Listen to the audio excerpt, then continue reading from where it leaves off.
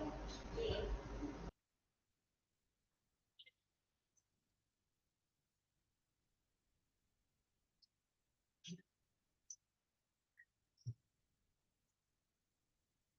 morning.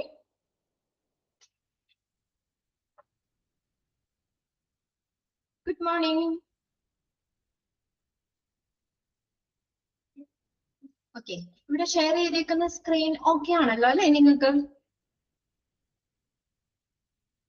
ഇന്ന് നമ്മുടെ ക്ലാസ്സിൽ കുട്ടികൾ കുറവാണോ? 25 പേരാണല്ലോ ജോയിൻ ചെയ്തിട്ടുള്ളൂ. ജോയിൻ ചെയ്തുകൊണ്ടിരിക്കുന്നുണ്ട്. ഓക്കെ. കഴിഞ്ഞ ദിവസത്തെ മോക്ക് ടെസ്റ്റ് കിട്ടിയായിരുന്നോ നിങ്ങൾക്ക്? ഫസ്റ്റ് ക്ലാസ്സിന്റെ വന്നില്ലേ? ചെയ്ത് നോക്കിയില്ലേ? പ്രശ്നമൊന്നും ഇല്ലല്ലോ അല്ലെ? ക്ലാസ് എടുത്തിട്ട് നിങ്ങൾക്ക് ചെയ്യാൻ പറ്റുന്നില്ലേ അത്? Okay okay. ഓരോ ദിവസത്തെയും ഇതുപോലെ കറക്റ്റ് ആയിട്ട് ചെയ്ത് നോക്കുക. കറക്റ്റ് ആയിട്ട് മോക്ക് ടെസ്റ്റുകളൊക്കെ നോക്കുക. നമുക്ക് മൊഡ്യൂൾ എക്സാമിലെ മോക്ക് ടെസ്റ്റിലെ ക്വസ്റ്റ്യൻസ് ഒക്കെ ഉണ്ടാവും. അപ്പൊ അതുകൊണ്ട് കറക്റ്റ് ആയിട്ട് നമ്മൾ ഫോളോ ചെയ്ത് പോരുക കേട്ടോ. അപ്പൊ നമ്മൾ കഴിഞ്ഞ ക്ലാസ്സിൽ നമ്മൾ ജസ്റ്റ് എവിടെ വരിക, നേച്ചർ ഓഫ് റിക്രൂട്ട്മെന്റ് അത്രയാണ് നമ്മൾ പറഞ്ഞു നിർത്തിയത് അല്ലെ? ഒന്ന് എടുക്കട്ടെ കേട്ടോ. ഇവിടെ ഷെയർ ചെയ്തേക്കുന്ന സ്ക്രീൻ നിങ്ങൾക്ക് ഓക്കെ ആണല്ലോ അല്ലെ?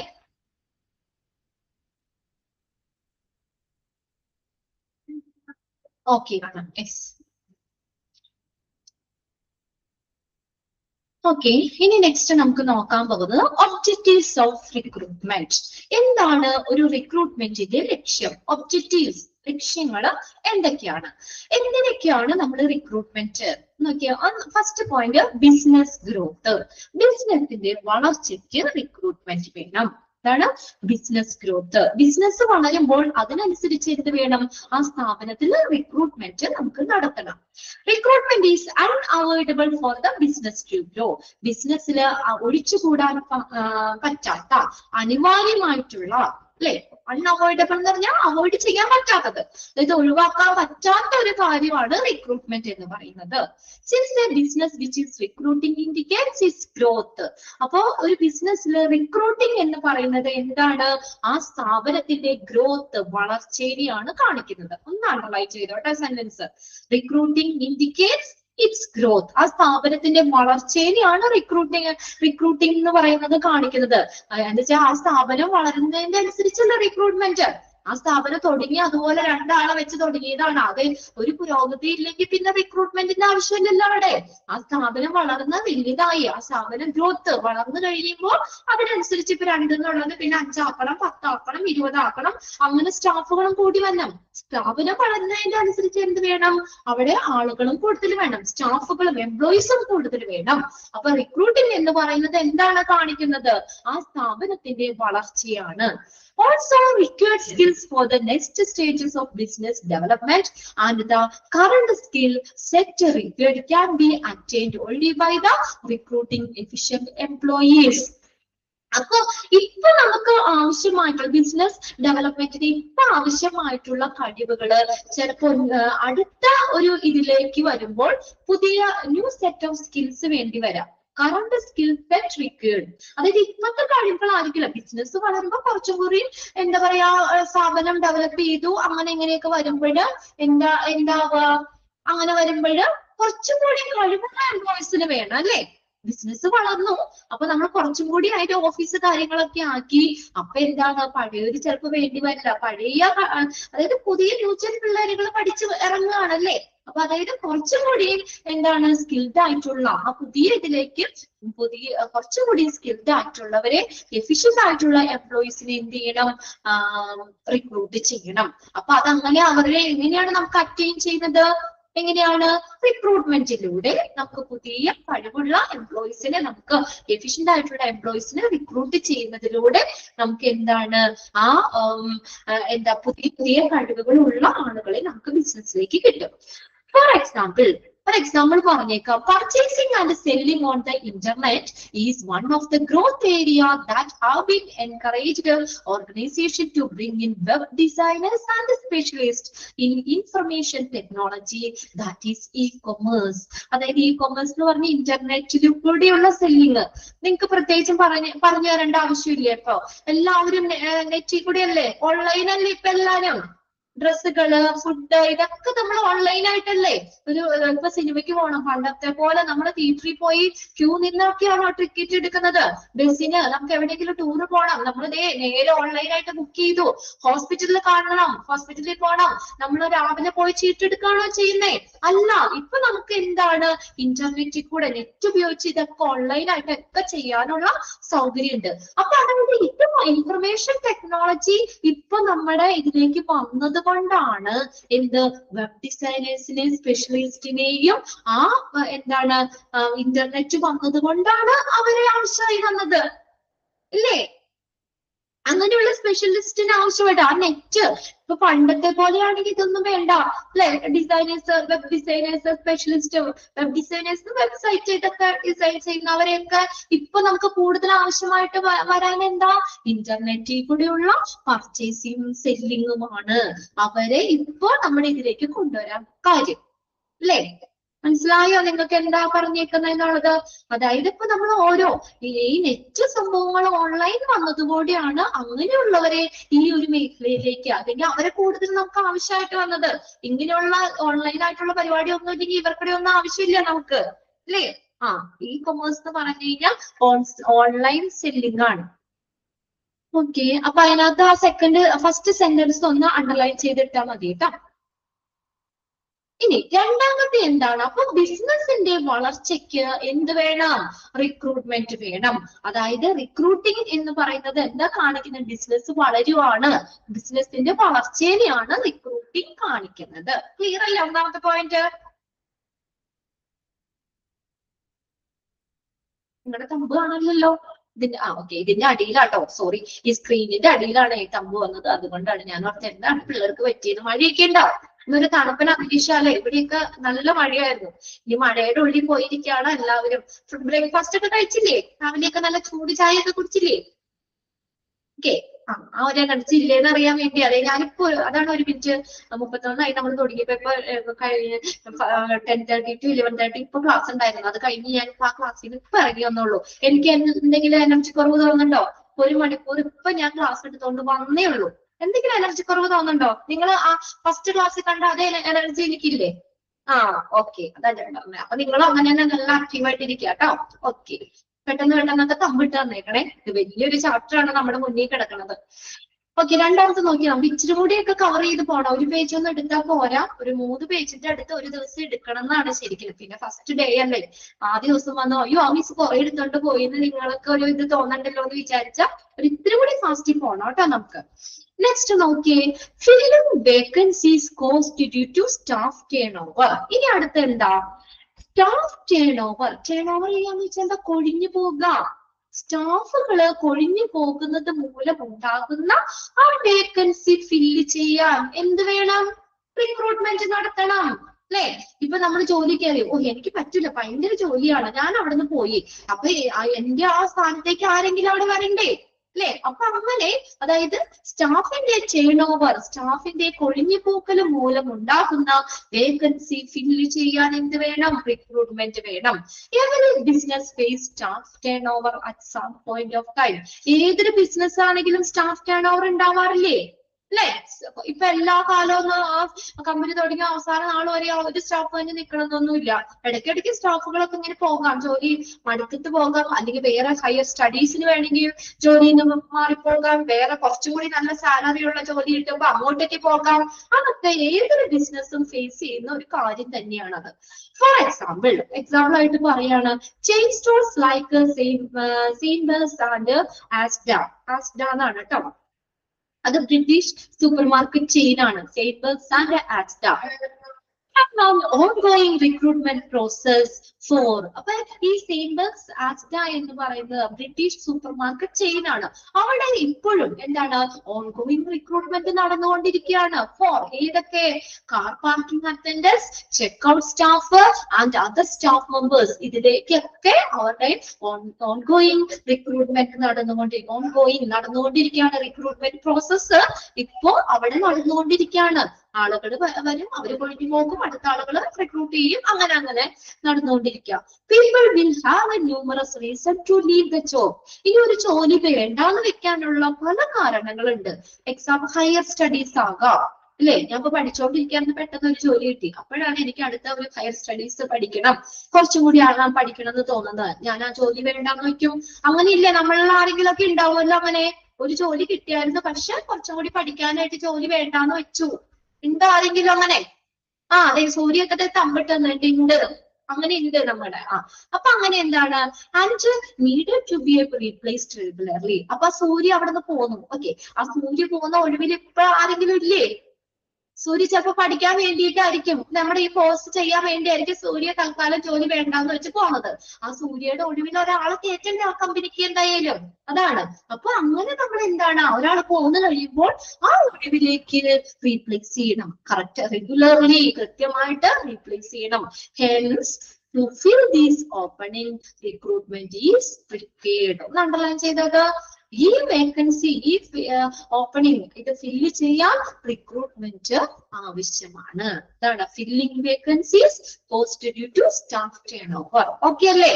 സ്റ്റാഫ് ടേൺ ഓവർ മൂലം ഉണ്ടാകുന്ന വേക്കൻസി ഫില്ല് ചെയ്യാൻ റിക്രൂട്ട്മെന്റ് ആവശ്യമാണ്. ക്ലിയർ ആണ്? മൂന്നാമത്തെ നോക്കിയേ, ചേഞ്ചിങ് ജോബ് റോൾസ്. ജോലിയിലുള്ള മാറ്റം, changing job roles. In the present world, the work is changing continuously.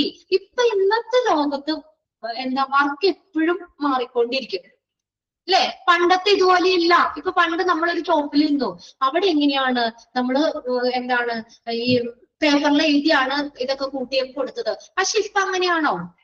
Work മാറി. ഇപ്പൊ അതിന് പോലെ എന്തായി, അവിടെ കമ്പ്യൂട്ടറായി ഫുള്ള്. അപ്പത്തേക്ക് അപ്പാപ്പന്മാര് വരെ കടയിൽ ഇരിക്കുന്നവര് കമ്പ്യൂട്ടർ പഠിക്കാൻ പോയി. ശരിയല്ലേ? അല്ലേ? ഇപ്പൊ അങ്ങനെ. അതാണ് വർക്ക് എന്ന് പറഞ്ഞാൽ ഒരുപോലെ അല്ലേ എന്നും. അതായത് പുതിയ പുതിയ ടെക്നോളജി കാര്യങ്ങൾ വരുന്നതിന്റെ അനുസരിച്ച് വർക്ക് എപ്പോഴും മാറിക്കൊണ്ടിരിക്കും. The skills that seems to be valued today might turn redundant. Redundant എന്ന് പറഞ്ഞാൽ എന്താ? അനാവശ്യം. അറിയില്ലാത്തവരൊന്ന് എഴുതി വെച്ചോട്ടോ, redundant, അനാവശ്യമാണെന്ന്. അപ്പൊ ഇപ്പൊ ഉള്ള കഴിവ് ചിലപ്പോ അടുത്ത ജനറേഷനിൽ വരുമ്പോ അത് ചിലപ്പോ പറ്റിയെന്ന് പറ്റില്ല, അത് അനാവശ്യമായി മാറാം. അല്ലെങ്കിൽ അതല്ല, redundant next year and a new set of skills will be needed. അപ്പൊ എന്ത് വേണം? പുതിയ സ്കില്ലുകൾ വേണം, പുതിയ കഴിവുകൾ വേണം. പണ്ട് അമ്മമാര് 10ാം ക്ലാസ് കഴിഞ്ഞ് ഇപ്പൊ കടയിൽ നിൽക്കുമായിരുന്നു. അപ്പൊ കമ്പ്യൂട്ടർ കണ്ടിട്ട് പോലും ഇല്ല, അങ്ങനെയായിരുന്നു. പക്ഷെ ഇപ്പൊ കമ്പ്യൂട്ടർ ഇല്ലാതെ പറ്റൂലെന്നായി, അല്ലെ? അപ്പൊ പുതിയ പുതിയ കഴിവുകൾ, പുതിയ പുതിയ കാര്യങ്ങൾ വന്നപ്പോ എന്ത് ചെയ്തു? അവരും അതിന്റെ അവിടെ ഓടി. അപ്പൊ അവരത് പഠിക്കാൻ പോയി, അങ്ങനെയൊക്കെ അത് മാനേജ് ചെയ്യാൻ തുടങ്ങി. അതായത് ഇത്രയേ ഉള്ളൂ. അതായത് പണ്ട് കാലത്ത് ഉണ്ടാകുന്ന ആ കഴിവുകളല്ല ഓരോ ജനറേഷൻ കഴിയുമ്പോഴും വേണ്ടത്. വർക്ക് വ്യത്യാസപ്പെടുന്നതിന്റെ അനുസരിച്ച് സ്കിൽസും എന്ത് വേണം? കൂടുതൽ സ്കിൽഡ് ആയിട്ടുള്ള ആളുകൾ തന്നെ വേണ്ടി വരാം. This new opportunity will continuously emerge and the business will keep on recruiting new employees. കണ്ടോ? പുതിയ പുതിയ ഇങ്ങനെ ഓപ്പർച്യൂണിറ്റീസ് വരുമ്പോൾ ആ സ്ഥാപനം ടെക്നോളജി ഡെവലപ്പ് ചെയ്തു. അപ്പൊ അതിനെ മാനേജ് ചെയ്യാൻ പറ്റുന്ന പുതിയ പുതിയ ആളുകളെ വേണം നമുക്ക്, അല്ലേ?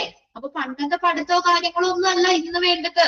അപ്പൊ എന്താ? പുതിയ ഓപ്പർച്യൂണിറ്റി കമ്പനിയിലേക്ക് വന്നപ്പോൾ പ്രത്യക്ഷപ്പെടുക, എമർജ് ചെയ്യുക. പ്രത്യക്ഷപ്പെട്ടപ്പോൾ, അത് രൂപപ്പെട്ടപ്പോൾ ബിസിനസ് എന്ത് ചെയ്യാൻ തുടങ്ങി? Keep on recruiting new employees. പുതിയ എംപ്ലോയീസിനെ അവര് റിക്രൂട്ട് ചെയ്യാൻ തുടങ്ങി. അപ്പൊ ജോലിയിലുണ്ടാകുന്ന മാറ്റം, ജോലിയിലെ മാറ്റം, അതായത് പണ്ടത്തെ കഴിവല്ല ഇപ്പൊ വേണ്ടത്. അപ്പൊ പുതിയ സെറ്റ് ഓഫ് സ്കിൽസ് ഉള്ള ആളുകളെ, അല്ലെ, എന്ത് ചെയ്യാൻ തുടങ്ങി? റിക്രൂട്ട് ചെയ്യാൻ തുടങ്ങി. അപ്പൊ ജോലിയിൽ മാറ്റം വരുമ്പോഴും എന്ത് വേണം? റിക്രൂട്ടിംഗ് വേണം. ക്ലിയർ ആണോ? മൂന്നാമത്തെ പോയിന്റ് ഓക്കെ ആണോ? യെസ്. കുറെയൊക്കെ ഇതെന്ന് പറഞ്ഞാൽ നമുക്ക് ഫുള്ളൊന്നും ബൈഹാർട്ട് ചെയ്യാൻ പറ്റൂല കേട്ടോ പിള്ളേരെ. ഈ ടെക്സ്റ്റ് ഒന്നും ഫുള്ളിരുന്ന് ബൈഹാർട്ട് ചെയ്യൽ നടക്കൂല. കാര്യങ്ങൾ നമ്മൾ മനസ്സിലാക്കി വെക്കണം. അതാണ് ഞാൻ സിമ്പിൾ ആയിട്ട് പറഞ്ഞു തരുന്നത് കേട്ടോ. ഇനി ഇമ്പോർട്ടന്റ് നമ്മൾ അണ്ടർലൈൻ ചെയ്ത് കൊണ്ട് മോക്ക് ടെസ്റ്റുകളും കറക്റ്റ് ആയിട്ട് ചെയ്യേണ്ടത്. അല്ലാതെ ഈ ടെക്സ്റ്റ് ഫുൾ ഇരുന്ന് പഠിക്കാന്ന് പറഞ്ഞാൽ നിങ്ങൾക്ക് നടക്കണ കാര്യമല്ല. ഓക്കെ, ഇപ്പൊ നിങ്ങൾക്ക് ഇനി exam first, second, third chapter കഴിയുമ്പോൾ ഒരു എക്സാം വരുന്നുണ്ട് കേട്ടോ. അത് ആ സമയമാകുമ്പോഴത്തേക്കും പറയാം. അപ്പൊ എന്ന് പറഞ്ഞാൽ നമുക്ക് അതിനു വേണ്ടി ഇപ്പൊ നമ്മൾ ആദ്യം ഫസ്റ്റ് ചാപ്റ്റർ സോളി മിസ് കയറിയില്ലായിരുന്നു ക്ലാസ്സിൽ? മിസ് വന്നില്ലേ സോളി മിസ്? ഓക്കെ, ഇനിയിപ്പോ ഞാനുണ്ട്, പിന്നെ നിഷ മിസ് ഉണ്ട്. നാളെയാണ് മിസ് കയറുള്ളൂ കേട്ടോ. നിഷ മാം നാളെ കയറും.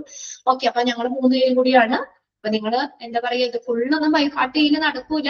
അപ്പൊ അതുകൊണ്ട് ഇമ്പോർട്ടന്റ് നോട്ട് ചെയ്തിടുക, കാര്യങ്ങൾ മനസ്സിലാക്കി വെക്കണം എന്താണ് അതിൽ പറഞ്ഞേക്കണേന്ന്. അപ്പൊ നമ്മുടെ ഒരു ബ്രെയിനിൽ വേണം കേട്ടോ. ഓക്കെ, ഫോളോ ചെയ്ത് വരുന്നില്ല എല്ലാ കുട്ടികളും, അമ്മമാര് എല്ലാവരും, ഗ്യാപ്പ് കയറിയവര്? ഓക്കെ. ഇനി അടുത്തത് എന്താണ്? Internal promotion. ഇനി എന്താണ് ഇന്റേണൽ പ്രൊമോഷൻ കൊടുക്കാറുണ്ട് അല്ലെ? Promotion. Organisation practice motivating their employee to go for more challenging and high paid job within that organization. Those who succeed in advancing through hierarchy must be replaced by the new employee. അതായത് ഓർഗനൈസേഷന്റെ ഉള്ളിൽ തന്നെ നമുക്ക് ഒഴിവുകൾ വരാറുണ്ട്, promotion കൊടുക്കാറുണ്ട്. അവരെ motivate ചെയ്യാനാണ്. ഇപ്പൊ ഇത്ര ഇതിനകത്ത് ആയ ആളുകൾക്ക് പ്രൊമോഷൻ ഉണ്ട്, അല്ലെങ്കിൽ ഇന്ന ഇത് വരുന്ന ആളുകൾക്ക് നെക്സ്റ്റ് ഇത് കഴിയുമ്പോഴത്തേക്കും ഇത് കഴിയുമ്പോഴത്തേക്കും പ്രൊമോഷൻ ആണ്. എന്തിനാ? അവർ എംപ്ലോയിനെ മോട്ടിവേറ്റ് ചെയ്യാൻ, അവർക്ക് നല്ല രീതിയിൽ വർക്ക് ചെയ്യാനാണ്. പ്രൊമോഷൻ കിട്ടുമെന്ന് പറഞ്ഞാൽ നമ്മൾ ആരെങ്കിലും വേണ്ടാന്ന് വെക്കോ? അപ്പൊ നമ്മൾ അതിനു വേണ്ടി കുറച്ചും കൂടി ഹാർഡ് വർക്ക് ചെയ്യൂലേ? പ്രൊമോഷൻ കിട്ടുമല്ലോ എന്ന് ആഗ്രഹിച്ച്. പ്രൊമോഷൻ കിട്ടുമ്പോ എന്താ, നമുക്ക് കുറച്ചും കൂടി ജോലിയുടെ കാര്യങ്ങൾ, ഉത്തരവാദിത്തങ്ങൾ കൂടും. അതിനനുസരിച്ച് എന്താ, high paid job within the organisation, salary കൂടൂലേ? പണ്ടത്തെ സാലറി ആണോ പ്രൊമോഷൻ കിട്ടി അടുത്ത പോസ്റ്റിലേക്ക് കയറുമ്പോ? അല്ല. അപ്പോ എന്താണ്, എംപ്ലോയിനെയൊക്കെ മോട്ടിവേറ്റ് ചെയ്യിക്കാൻ വേണ്ടിയാണ്. those who succeed in advancing through hierarchy. അപ്പൊ അതില് വിജയിക്കുന്ന ആള് എന്ത് ചെയ്യുന്നു? must be replaced by new employee. ഇപ്പൊ ഒരു 10 പേരുണ്ട്.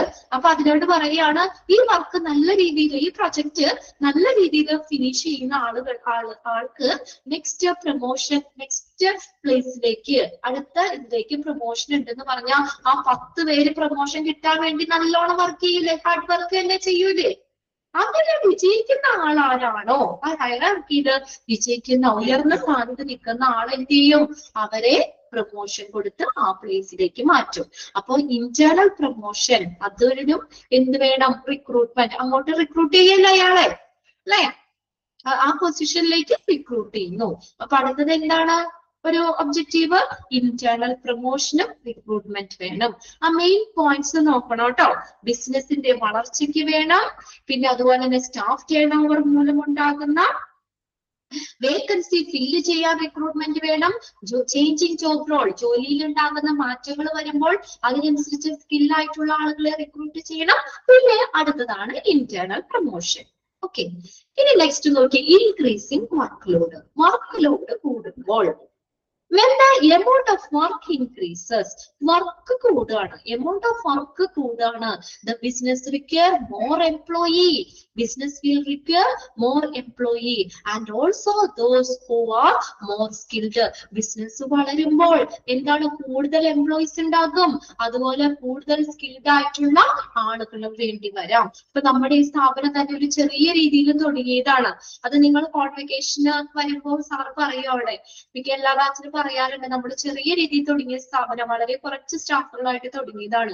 ബിസിനസ്, നമ്മുടെ സ്ഥാപനം വളർന്നു കഴിയുമ്പോൾ അതിനനുസരിച്ച് എന്താണ്, നിങ്ങളൊക്കെ തന്നെയാണ് ഒരുപാട് കുട്ടികൾ ഇപ്പോഴും കോഴ്സുകൾ, പല കോഴ്സുകളും നമ്മുടെ സ്ഥാപനത്തിൽ ചെയ്തുകൊണ്ടിരിക്കുന്നുണ്ട്. അപ്പൊ ബിസിനസ് വളർന്നപ്പോൾ, അപ്പൊ അല്ലെങ്കിൽ ഇവിടുത്തെ വർക്ക് കൂടി, അല്ലെ? പല പല കോഴ്സുകൾ വന്നു, വർക്ക് കൂടി.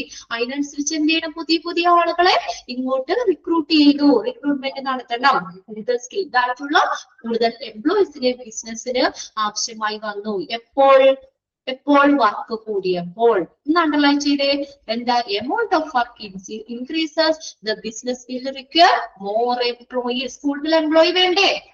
അല്ലെ? വർക്ക് കൂടിയപ്പോ ആ 2 പേര് വെച്ച് ഇപ്പൊ ചെയ്യാൻ പറ്റുമോ? ഒരു 10 പേര് വേണം മാക്സിമം ആ വർക്ക് ചെയ്യാനെങ്കിൽ. 10 പേരെ പുതിയതായിട്ട് റിക്രൂട്ട് ചെയ്യണം.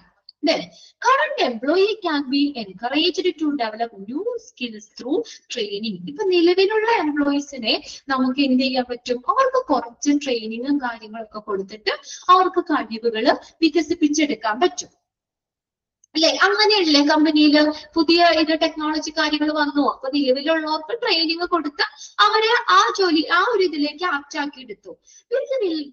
Benefit for the career advancement. അപ്പൊ അത് അവരുടെ കരിയറിന് പുരോഗതി ഇല്ലേ? അങ്ങനെ വരുമ്പോൾ increase their loyalty towards the organization. അവർക്ക് അപ്പൊ അങ്ങനെ വരുമ്പോ എന്താ? ആ സ്ഥാപനത്തിനോട് ഒരു വിശ്വസ്തത കൂടും, അല്ലേ? ട്രസ്റ്റ് ബിലീഫ്, ട്രസ്റ്റ് അല്ലെങ്കിൽ ബിലീഫ്, ലോയലിറ്റി എന്ന് പറഞ്ഞാൽ വിശ്വസ്തത. Towards the organization by promoting them to stay with the organization for a longer duration and fill the skill gap. അപ്പൊ അതായത് നമ്മൾ പറഞ്ഞത് എന്താണ്, വർക്ക് ലോഡ് കൂടുമ്പോൾ ബിസിനസ്സിൽ കുറെ എംപ്ലോയീസിന് വേണ്ടി വരും, കൂടുതൽ സ്കിൽഡ് ആയിട്ടുള്ളവർ വേണ്ടി വരും. ഇപ്പൊ നിലവിലുള്ള എംപ്ലോയീസിനെ നമുക്ക് എന്ത് ചെയ്യാൻ പറ്റും, നമ്മൾ പ്രൊമോഷന്റെ ഇതൊക്കെ പറഞ്ഞില്ലേ, അതായത് നിലവിലുള്ള എംപ്ലോയീസിനെ എന്ത് ചെയ്ത് എൻകറേജ് ചെയ്യുന്നു, പുതിയ സ്കില്ലുകൾ ഡെവലപ്പ് ചെയ്യാൻ അവർക്ക് ട്രെയിനിങ് കൊടുക്കാം. അവർക്ക് ട്രെയിനിങ് കൊടുക്കുമ്പോൾ അവരുടെ കരിയർ എന്ത് ചെയ്യും, കുറച്ചുകൂടി മെച്ചപ്പെട്ടു അല്ലെ, കരിയർ കുറച്ചുകൂടി മെച്ചാവും. അപ്പൊ അവർക്ക് എന്ത് പറ്റും, ആ ഓർഗനൈസേഷനൊരു വിശ്വസ്തത വന്നില്ലേ അല്ലെ, എന്തായാലും എന്നെ ഇവിടെ തന്നെ നിർത്തും, അതുകൊണ്ടല്ലേ എനിക്കിപ്പോ ട്രെയിനിങ് തന്ന് ആ ഒരു ഇതിലേക്ക് എന്നെ ആക്കി എന്നുള്ളൊരു ചിന്ത അയാളിൽ വരൂലേ അല്ലേ, വരുവോ? ട്രെയിനിങ് ഒക്കെ കൊടുത്ത ആ ഒരു പോസ്റ്റിലേക്ക് ഇരുത്തുമ്പോൾ ഓക്കെ, അപ്പൊ ആ സ്ഥാപനത്തിനോട് ഒരു ലോയലിറ്റി എന്ന് പറഞ്ഞാൽ എന്താ, വിശ്വസ്തത ഉണ്ടാകും, ആ ഓർഗനൈസേഷനോട് ഒരു വിശ്വസ്തത ഉണ്ടാകും. By promoting them to stay with the organization for a longer duration. അപ്പൊ അങ്ങനെ വരുമ്പോ എന്ത് ചെയ്യും, അയാൾ പിന്നെ അവിടുന്ന് പോകുമോ ഇല്ല, കുറെ ദീർഘനാള് ആ ഓർഗനൈസേഷൻ നിലനിൽക്കുകയും ആ ആ ഗ്യാപ്പ് അവിടെ ഫില്ല് ചെയ്യുകയും ചെയ്യും. Employer reference scheme also proves to be a beneficial for employee, where the employee can refer friends. പിന്നെ അടുത്തൊരു കാര്യമാണ് എംപ്ലോയി, അത് പഠിക്കാണ്ട് കേട്ടോ ഇനി നിങ്ങൾക്ക്.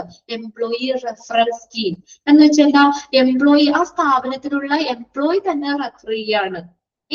എന്തെങ്കിലും ഒഴിവോ കാര്യങ്ങളൊക്കെ വരുമ്പോൾ എംപ്ലോയി ക്യാൻ റെഫർ ഫ്രണ്ട്സിനെ റെഫർ ചെയ്യാം, അവരുടെ റിലേറ്റീവ്സിനെ റെഫർ ചെയ്യാം, ഒരു family possessing the skills desired for the post. അപ്പൊ ആ ഒരു പോസ്റ്റിലേക്ക് അവരുടെ പരിചയം, ഫെമിലാരിറ്റി എന്നാണ് കേട്ടോ, അതായത് പരിചയം, അവരുടെ പരിചയക്കാരെയോ റിലേറ്റീവ്സിനെയോ ഫ്രണ്ട്സിനെയോ ഒക്കെ ആ പോസ്റ്റിലേക്ക് അവർക്ക് റെഫർ ചെയ്യാം. അതാണ് എംപ്ലോയി റെഫറൻസ് സ്കീം എന്ന് പറയുന്നത്. അപ്പൊ അങ്ങനെ വരുമ്പോഴെന്താ, അവർക്ക് റെഫർ ചെയ്യാനും അവർക്ക് ഇൻസെന്റീവ്സ്, അവർക്ക് സാമ്പത്തിക പ്രോത്സാഹനങ്ങൾ നേടാനും പറ്റും. അപ്പൊ ഒരു സ്ഥാപനത്തിന് വേക്കൻസി ഫില്ല് ചെയ്യാനുള്ള ഒരു ഇതാണ് എംപ്ലോയി റെഫറൻസ് സ്കീം എന്ന് പറയുന്നത്. ഇപ്പൊ നിങ്ങൾക്ക് ആർക്കെങ്കിലും ജോലി കിട്ടിയാൽ നിങ്ങളുടെ ഫ്രണ്ട് അവിടെ ഒരു ഒഴിവുണ്ടെന്ന് പറയുകയാണെങ്കിൽ നിങ്ങൾ റെഫർ ചെയ്യൂലേ അല്ലേ? ഇപ്പൊ സൂര്യയുടെ അടുത്ത് ഇതിനകത്ത് ആരെങ്കിലും ഉണ്ട്, ആരെങ്കിലും ഇവിടെ കമ്പിട്ടോ ഓക്കെ അല്ലേ, ഒരു ഒഴിവുണ്ടെന്ന് പറഞ്ഞാൽ നമ്മള് നമ്മുടെ ഫ്രണ്ട്സിനെയോ അല്ലെങ്കിൽ റിലേറ്റീവ്സ്, അനിയത്തിനെയോ അനിയനോ കസിന്റെ ആരെങ്കിലും ഒക്കെ ആ പോസ്റ്റിലേക്ക് റെഫർ ചെയ്യും. അപ്പൊ ചിലപ്പോ കമ്പനി നമുക്കൊരു ഇത് പറയും, ഒരാളെ നിങ്ങൾ ഇവിടെ കൊണ്ടുവരുവാണെങ്കിൽ നിങ്ങൾക്ക് എന്തെങ്കിലും പ്രോത്സാഹനം അല്ലെ, എന്തെങ്കിലും ചെറിയ ഗിഫ്റ്റ് ഉണ്ടെന്നൊക്കെ പറയും കൊണ്ടുവരാൻ. അപ്പൊ അങ്ങനെ അവർക്ക് വേണമെങ്കിൽ പ്രോത്സാഹനങ്ങൾ നേടാനും പറ്റും.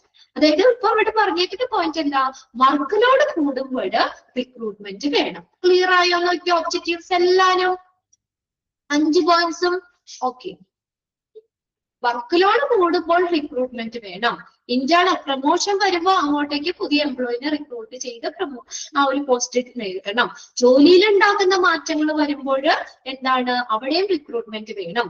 ഇനി ആരെങ്കിലും സ്റ്റാഫ് കൊഴിഞ്ഞു പോയി കഴിഞ്ഞാൽ ആ വേക്കൻസി ഫില്ല് ചെയ്യാൻ റിക്രൂട്ട്മെന്റ് വേണം. ബിസിനസിന്റെ വളർച്ച, ബിസിനസ് വളരുമ്പോഴും അതിനനുസരിച്ച് ആ സ്ഥാപനത്തിൽ റിക്രൂട്ട്മെന്റ് വേണം. അപ്പൊ ഇതൊക്കെയാണ് റിക്രൂട്ട്മെന്റിന്റെ ഒബ്ജക്റ്റീവ്സ്. എക്സാമിന് ചോദിക്കാറുണ്ട്. എന്തെങ്കിലും ചോദിക്കാം, which of the following is included in the objectives of recruitment. റിക്രൂട്ട്മെന്റിന്റെ ഒബ്ജക്റ്റീവ്സിൽ ഇൻക്ലൂഡ് ചെയ്യുന്നത് ഏത്? സിമ്പിൾ ആയിട്ട് 5 പോയിന്റ് കണ്ട് ഐഡന്റിഫൈ ചെയ്തൂടെ? ഒബ്ജക്റ്റീവ്സിൽ ഇൻക്ലൂഡ് ചെയ്യുന്നതാണോ അല്ലയോ എന്ന് ചോദിക്കാലോ. ഓക്കെ, ഇനി അടുത്തതാണ് ഫാക്ടേഴ്സ് അഫക്റ്റിംഗ് റിക്രൂട്ട്മെന്റ്. റിക്രൂട്ട്മെന്റിനെ സ്വാധീനിക്കുന്ന ഘടകങ്ങൾ എന്തൊക്കെയാണ്?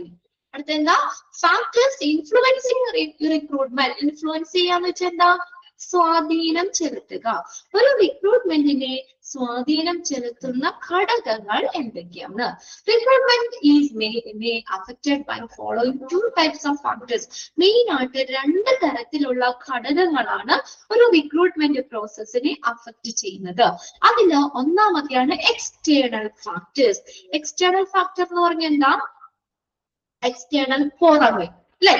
എക്സ്റ്റേണൽ എന്ന് പറഞ്ഞാൽ പുറമെ, ഇന്റേണൽ എന്ന് പറഞ്ഞാൽ ഉള്ളിൽ. അപ്പൊ 2 ഫാക്ടേഴ്സ് ഏതൊക്കെയാണ്? എക്സ്റ്റേണൽ ഫാക്ടേഴ്സ് ഉണ്ട്, ഇന്റേണൽ ഫാക്ടേഴ്സ് ഉണ്ട്. എഴുതാലോ. ഫാക്ടേഴ്സ് അഫക്റ്റിംഗ് റിക്രൂട്ട്മെന്റ് ഏതൊക്കെയാണ്? External factors, internal factors. ഇനി എക്സ്റ്റേണൽ ഫാക്ടേഴ്സ് എന്ന് പറഞ്ഞാൽ എന്താ? എക്സ്റ്റേണൽ, പുറമേയുള്ള ഘടകങ്ങൾ, ഒരു റിക്രൂട്ട്മെന്റിനെ സ്വാധീനിക്കുന്ന പുറത്തു നിന്നുള്ള ഘടകങ്ങൾ എന്തൊക്കെയാണ്? The factors or forces are those factors which cannot be controlled by the organization. ഒന്നാണല്ലോ ചെയ്തോ. ഇത് ഓർഗനൈസേഷന് കൺട്രോൾ ചെയ്യാൻ പറ്റാത്ത ഘടകങ്ങളാണ്. ഓർഗനൈസേഷന് കൺട്രോൾ ചെയ്യാൻ പറ്റാത്ത ഘടകങ്ങളാണ് അത് എക്സ്റ്റേണൽ ഫാക്ടേഴ്സ്. ഇങ്ങനെ തന്നെ ചോദിക്കാം കേട്ടോ.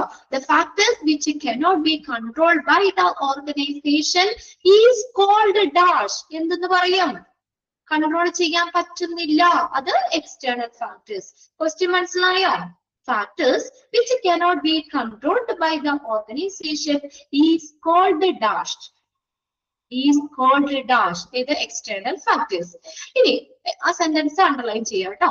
A variety of external factors which affect the recruitment sources. പല ഫാക്ടേഴ്സ് റിക്രൂട്ട്മെന്റിനെ അഫക്ട് ചെയ്യുന്ന പല ഫാക്ടേഴ്സ് ആണ്. ഒന്നാമത്തെയാണ് സപ്ലൈ ആൻഡ് ഡിമാൻഡ്. ആർക്കുടെ സപ്ലൈ? എംപ്ലോയിയുടെ അല്ലെങ്കിൽ കാൻഡിഡേറ്റ്സിന്റെ സപ്ലൈ, അവർക്കുടെ ആവശ്യകത, ഡിമാൻഡ്. എക്സ്റ്റേണൽ ഫാക്ടേഴ്സിൽ വരുന്നത് ഏതാണെന്ന് ചോദിക്കാം കേട്ടോ. എക്സ്റ്റേണൽ ഫാക്ടേഴ്സിൽ വരുന്ന ഏതാണ്? റിക്രൂട്ട്മെന്റിനെ അഫക്ട് ചെയ്യുന്ന എക്സ്റ്റേണൽ ഫാക്ടേഴ്സിൽ വരുന്നത് ഒന്നാമത്തെ സപ്ലൈ ആൻഡ് ഡിമാൻഡ്. അണ്ടർലൈൻ ചെയ്തു. A significant factor in the recruitment process is the manpower supply. ഒരു റിക്രൂട്ട്മെന്റ് പ്രോസസ്സിൽ ഏറ്റവും ഇമ്പോർട്ടന്റ് ആയിട്ടുള്ള ഘടകം ഏതാ? മാൻപവർ. മാൻപവർ ആരാ? ഹ്യൂമൻ, നമ്മൾ മനുഷ്യര്, എംപ്ലോയി ആണ് മാൻ പവർ സപ്ലൈ. ഇപ്പൊ ഒരു കമ്പനി ഉണ്ടാക്കിയ പവറല്ലോ, അതിലേക്ക് ആര് വേണം? മാൻ പവർ വേണം, സ്റ്റാഫുകൾ വേണം, എംപ്ലോയി വേണം. അപ്പൊ അവരെ എവിടെ നിന്ന് കിട്ടും? അവരുടെ സപ്ലൈ ആണ്. Both inside and outside the organisation. അപ്പൊ ഓർഗനൈസേഷന്റെ ഉള്ളിൽ നിന്നാകാം, പുറത്തു നിന്നാവാം. ഇപ്പൊ ഒരാള് ജോലിയിൽ പോയി അവിടെ ആ വേക്കൻസി ഫില്ല് ചെയ്യാൻ ഓർഗനൈസേഷന്റെ ഉള്ളിലുള്ള ആളെ പ്രൊമോഷൻ കൊടുത്തു നോക്കാം, അല്ലെങ്കിൽ പുറമെ നിന്നും ആ വേക്കൻസി ഫില്ല് ചെയ്യിക്കാം. If the demand of the professional in the company is more, കമ്പനിയില് ആ പ്രൊഫഷണൽസിന്റെ ഡിമാൻഡ് കൂടുതലാണ്. And the supply of the professional in the market, പക്ഷെ മാർക്കറ്റിൽ ആളുകൾ കുറവാണ്. ഇപ്പൊ കമ്പനിയിലെ ഒരു എംകോം പഠിച്ച ആളുകളെയാണ് ആ പോസ്റ്റിലേക്ക് വേണ്ടത്. പക്ഷെ നമ്മുടെ മാർക്കറ്റിൽ ഇപ്പൊ എംകോം പഠിച്ച ആളുകൾ ഇല്ല, അവർ കുറവാണെങ്കിൽ എന്ത് ചെയ്യും? കമ്പനിയില് ഇല്ലെങ്കിൽ then the company will have to rely internal source. അപ്പൊ അങ്ങനെ മാർക്കറ്റിൽ ഇല്ലെങ്കിൽ കമ്പനി എന്ത് ചെയ്യും? ഇന്റേണൽ സോഴ്സിനെ ആശ്രയിക്കും, അല്ലെ? കമ്പനിയുടെ ഉള്ളിൽ അപ്പൊ എംകോം പഠിച്ചവരുണ്ടോ എന്ന് നോക്കും. കമ്പനി അങ്ങനെയല്ല ചെയ്യാം. അപ്പൊ മനസ്സിലായോ എന്താ പറഞ്ഞത്? കമ്പനിയുടെ ഉള്ളില് നമുക്ക് ആ പ്രൊഫഷണൽസിന്റെ ആവശ്യകത കൂടുതലാണ്, ഡിമാൻഡ് കൂടുതലാണ്. Demand of the professional in the company is more, അത് കൂടുതലാണ്. പക്ഷെ മാർക്കറ്റിൽ കുറവാ. പുറമെ അത് പഠിച്ചിപ്പോ അത് ഞാനൊരു എക്സാമ്പിൾ ആയിട്ട് പഠിച്ചാണ് എംകോം. എംകോം പഠിച്ച ആളുകളെ കമ്പനിക്ക് നല്ല ഡിമാൻഡ് ആ കമ്പനിയിൽ. ഒരു സെക്ഷൻ തുടങ്ങി, അവിടെ എംകോം പഠിച്ചവരാണ് വേണ്ടത്. അപ്പൊ നല്ല ഡിമാൻഡ് ഉണ്ട്. പക്ഷെ മാർക്കറ്റില് പുറമെ എംകോം പഠിച്ചവരില്ല. കമ്പനി എന്ത് ചെയ്യും? ഇന്റേണൽ സോഴ്സിനെ ആശ്രയിക്കും. ഉള്ളിൽ നിന്ന് എടുക്കും കമ്പനിയുടെ ഉള്ളില് എംകോം പഠിച്ചവരുണ്ടോ, അല്ലെ? അല്ലെങ്കിൽ ബികോം കഴിഞ്ഞ് നിൽക്കുന്നവരുണ്ടോ? അവർ എന്ത് ചെയ്യും? ട്രെയിനിങ് കൊടുക്കും. കണ്ടോ? കമ്പനി വിൽ റിലേ എന്ന് വെച്ചാൽ ഡിപ്പെൻഡ് ചെയ്യും, ഇന്റേണൽ സോഴ്സിനെ ഡിപ്പെൻഡ് ചെയ്യും. എങ്ങനെ?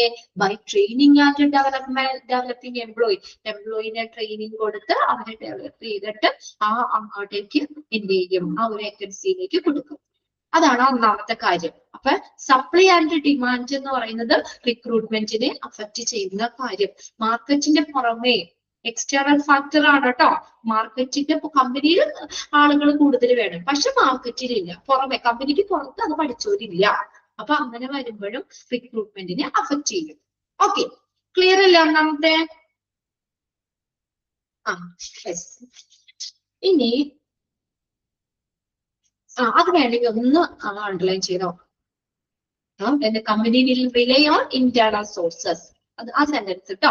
If the demand of the profession in the company കൂടുതലാണോ, സപ്ലൈ മാർക്കറ്റിൽ കുറവാണെങ്കിൽ കമ്പനി എന്ത് ചെയ്യും? Will have rely on internal source. എങ്ങനെ? By training and developing employee. Training ചെയ്ത് അവരെ വികസിപ്പിച്ച് അങ്ങോട്ടേക്ക് ആ പോസ്റ്റിലേക്ക് ആക്കും. ഇനി അടുത്തതാണ് അൺഎംപ്ലോയ്മെന്റ് റേറ്റ്. എന്ന് വെച്ചാൽ എന്താ? അൺഎംപ്ലോയ്മെന്റ് റേറ്റ് എന്ന് പറഞ്ഞാൽ എന്താ? തൊഴിലില്ലായ്മ നിരക്ക്. തൊഴിലില്ലായ്മ നിരക്ക്, unemployment. Growth of the economy is another factor that affect the availability of the applicants. ഇനി അടുത്തത് എന്താണ്?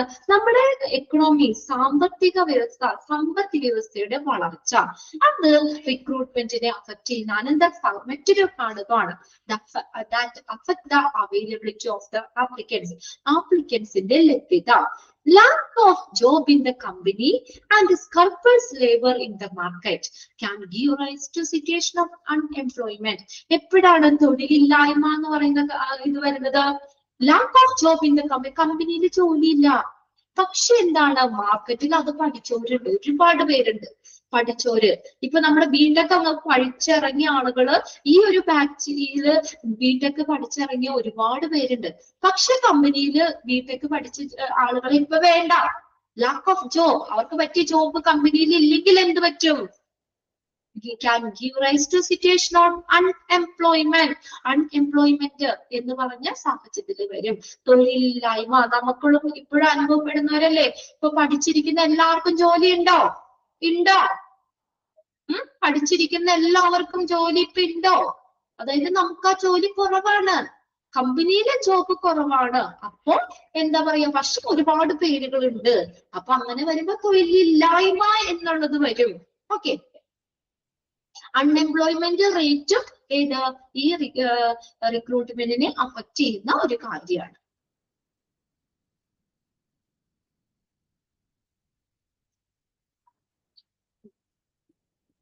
അതിനകത്തും ആ രണ്ടാമത്തെ സെന്റൻസ് ഒന്ന് അണ്ടർലൈൻ ചെയ്തിട്ടുണ്ട് കേട്ടോ. Lack of job in the കമ്പനിയിൽ ജോലി കുറവ്. സ്കർപ്പൽസ് എന്ന് പറഞ്ഞാൽ അധികം എന്നുള്ള മീനിങ് ആട്ടോ. മോർ, കൂടുതൽ തൊഴിലാളികൾ. ലേബർ എന്ന് പറഞ്ഞാൽ എന്താ? തൊഴിലാളികൾ. കൂടുതൽ തൊഴിലാളികൾ അല്ലെങ്കിൽ എംപ്ലോയി മാർക്കറ്റിലുണ്ട്. അങ്ങനെ വരുമ്പോൾ എന്തിലേക്ക് വരും? അൺഎംപ്ലോയ്മെന്റ് എന്ന് പറഞ്ഞ സിറ്റുവേഷനിലേക്ക് വരും. പിന്നെ അടുത്ത് നോക്കിയേ, labour market. labor market, employment condition in the area where the organization is situated. ആ കമ്പനി എവിടെയാണ് ഇരിക്കുന്നത്, ആ ഏരിയയിലെ തൊഴിൽ എംപ്ലോയ്മെന്റ്, തൊഴിൽ സാഹചര്യങ്ങള്. ലേബർ മാർക്കറ്റ് അല്ലെങ്കിൽ ജോബ് മാർക്കറ്റ് എന്ന് കേട്ടോ. ലേബർ മാർക്കറ്റ് പറയുന്ന മറ്റൊരു പേരാണ് job market. Employment condition in the area where the organization is situated. ആ കമ്പനി എവിടെ ഇരിക്കുന്നത്, ആ ഏരിയ, അവിടുത്തെ തൊഴിൽ സാഹചര്യങ്ങള്. Affect the recruiting activity of the, അത് എന്ത് ചെയ്യുന്നു? റിക്രൂട്ടിംഗ് ആക്ടിവിറ്റീനെ അഫക്ട് ചെയ്യും. Ordinary attempt like displaying job vacancy on notice board or announcement in the official meeting, etc., will attract more candidates than needed at the time of recruitment. ഇനി എങ്ങനെയാണ് നമ്മൾ എങ്ങനെ ഇത് അറിയിക്കണേ? അവരെ ജോലി ഇപ്പൊ കമ്പനിയിൽ ഒഴിവിട്ടെന്നൊക്കെ എങ്ങനെ അറിയണേ? Ordinary attempt like displaying the job vacancy on the notice board. കമ്പനിയിലെ നോട്ടീസ് ബോർഡിൽ ഒരു ജോബ് വേക്കൻസി ഇടും. ഇന്ന ജോലിക്ക് ഒഴിവുണ്ട്, ഇന്ന ക്വാളിഫിക്കേഷൻ ഉള്ള ഒരു ആപ്ലിക്കേഷൻ ഫോം തന്നെന്നും പറഞ്ഞുകൊണ്ട് എന്താണ് ജോബ് വേക്കൻസി എന്താ ഡിസ്പ്ലേ ചെയ്യും നോട്ടീസ് ബോർഡില്, കമ്പനിയുടെ നോട്ടീസ് ബോർഡില്. അല്ലെങ്കിൽ ഒഫീഷ്യൽ മീറ്റിംഗില് അനൗൺസ് ചെയ്യും. മാനേജർ അനൗൺസ് ചെയ്യാണ് ഒഫീഷ്യൽ മീറ്റിംഗില്, ഇത്ര വേക്കൻസി ഉണ്ട്, ഇന്ന ഇത് പഠിച്ചവർക്ക് അപ്ലൈ ചെയ്യാന്ന് ഒഫീഷ്യൽ മീറ്റിംഗിന് അനൗൺസ് ചെയ്യും. ഇങ്ങനെയുള്ള പല കാര്യങ്ങളും നമ്മൾ ജോലി അറിയിക്കാനുള്ള കാര്യമാണ്. അങ്ങനെ വരുമ്പോഴെന്താ, വിൽ അട്രാക്ട് മോർ കാൻഡിഡേറ്റ്സ്, കൂടുതൽ കാൻഡിഡേറ്റ്സിനെ അട്രാക്ട് ചെയ്യും than needed at the time of recruitment. റിക്രൂട്ട്മെന്റിന്റെ സമയത്ത് ആവശ്യമുള്ളതിനേക്കാൾ കൂടുതൽ ആളുകൾ എന്ത് ചെയ്യും? അട്രാക്ട് ചെയ്യും, ആ കമ്പനിയിലേക്ക് ആകർഷിക്കും. അപ്പൊ അടുത്ത് അഫക്ട് ചെയ്യുന്ന ഒരു കാര്യം ഏതാണ്? റിക്രൂട്ട്മെന്റിനെ അഫക്ട് ചെയ്യുന്ന ഒരു കാര്യം ഏതാണ്? Labour market. ലേബർ മാർക്കറ്റ് ഇതെല്ലാം എക്സ്റ്റേണൽ ആണ് കേട്ടോ, കമ്പനിക്ക് പുറത്തുള്ളതാണ്. റിക്രൂട്ട്മെന്റിനെ അഫക്ട് ചെയ്യുന്ന എക്സ്റ്റേണൽ ഫാക്ടറിൽ വരുന്ന ഒരു കാര്യമാണ് ലേബർ മാർക്കറ്റ്. ഇനി അടുത്തത് ബി നോക്കിയേ, ഇമേജ് ആൻഡ് ഗുഡ് വിൽ.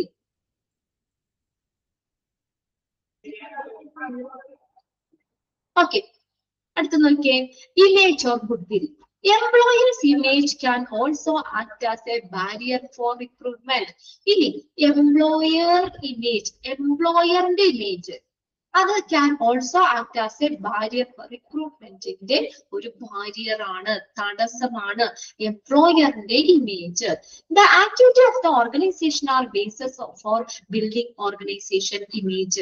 അതായത് ഓർഗനൈസേഷന്റെ പ്രവർത്തനങ്ങള് അല്ലെ, ആ ഒരു ഓർഗനൈസേഷന്റെ ഇമേജ് ബിൽഡ് ചെയ്യുന്ന ഒരു അടിസ്ഥാനമാണ് അല്ലെ? ഇപ്പൊ നമ്മുടെ സ്മാർട്ട് സീ എന്ന് പറഞ്ഞ ഒരു കമ്പനി അല്ലെ, അത് നല്ല ഇതിലേക്ക് എത്തിപ്പെടുന്നത് എന്താണ്? എന്താണ് ഇവിടത്തെ പ്രവർത്തനങ്ങളാണ്.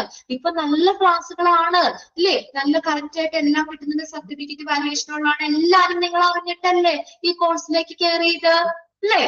അപ്പൊ നമ്മളെ ഈ ഒരു സ്ഥാപനത്തിന്റെ പ്രവർത്തനങ്ങളാണ് എന്ത്, നമ്മുടെ ആ സ്ഥാപനത്തിന്റെ ഇമേജ് എന്ന് പറയുന്നത്. അതുകൊണ്ടല്ലേ നമുക്ക് നല്ല ഇമേജിലും നമ്മൾ ഇങ്ങനെ നിൽക്കുന്നത്.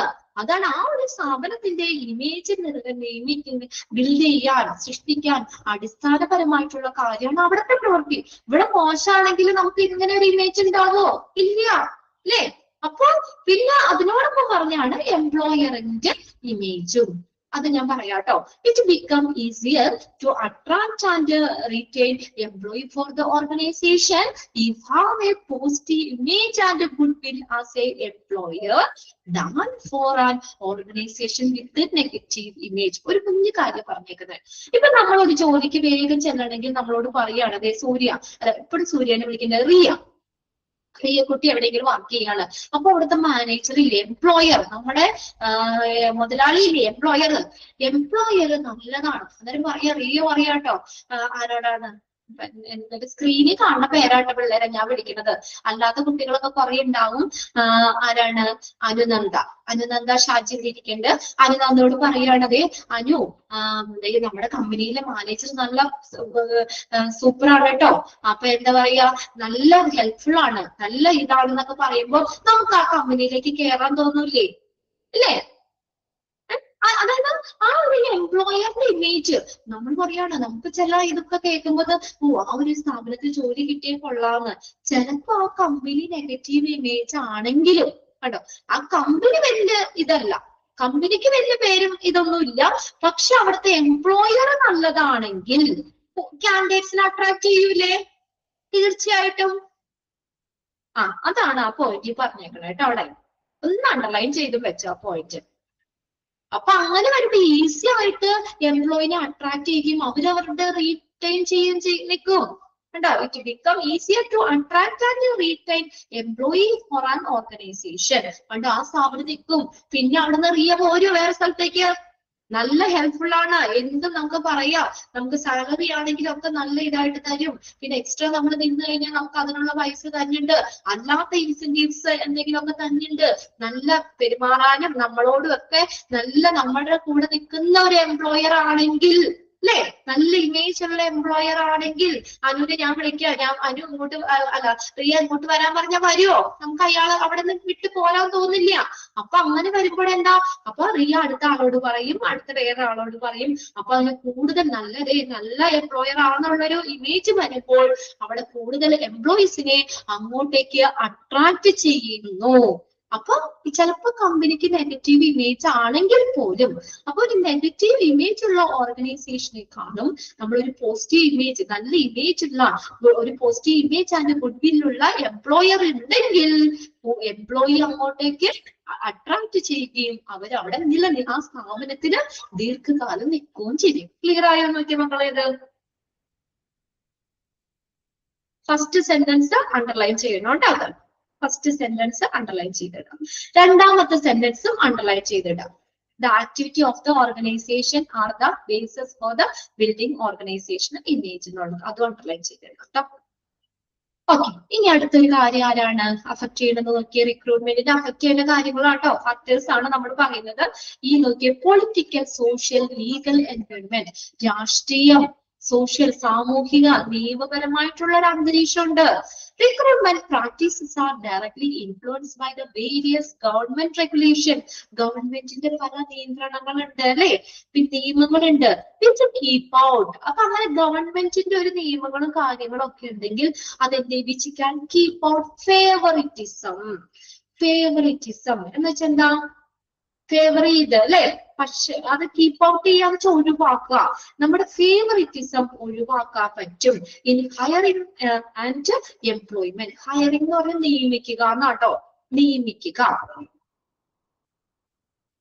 ഫോർ എക്സാമ്പിൾ, ഒരു എക്സാമ്പിൾ പറഞ്ഞിട്ടുണ്ട്.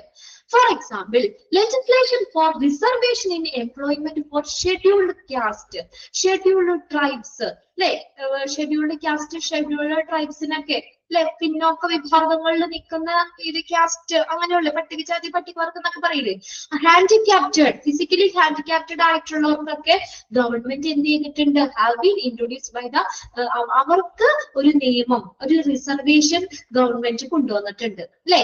ഇത്ര സീറ്റ് ഇന്നവർക്ക് കൊടുക്കണം, ഷെഡ്യൂൾഡ് കാസ്റ്റിന് ഇത്ര സീറ്റ്, അത് നിയമമാണ് അവിടെ, അത് ലെജിസ്ലേഷൻ ആണ്, അത് ഗവൺമെന്റ് കൊണ്ടുവന്നിട്ടുണ്ട്. അപ്പൊ എനിക്ക് അവിടെ ഫേവറിറ്റിസം പറ്റോ? ഇപ്പൊ എന്ത് കുട്ടിയാണ് ഇന്ന ആള്, അല്ലെങ്കിൽ ഞാൻ പഠിപ്പിച്ച കുട്ടിയാണെന്ന് പറഞ്ഞുകൊണ്ട് ഞാനാണ് അവിടെ ഇരിക്കണമെങ്കിൽ എനിക്ക്, ഞാൻ ഇപ്പൊ ഒരു മാനേജർ ആണെങ്കിൽ എനിക്ക് ഇഷ്ടമുള്ളത് എടുക്കാൻ പറ്റുമോ? ആകെ 2 പോസ്റ്റേ ഉള്ളൂ, അവിടെ ഗവൺമെന്റിന്റെ നിയമമാണ് അത്.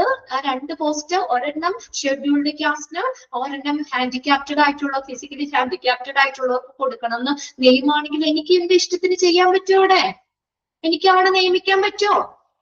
പറ്റുമോ? ഇല്ല അല്ലേ.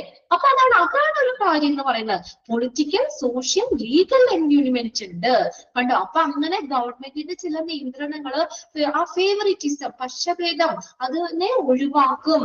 നമുക്ക് ഫേവറിറ്റിസം പറ്റില്ല ആ നിയമനത്തില്.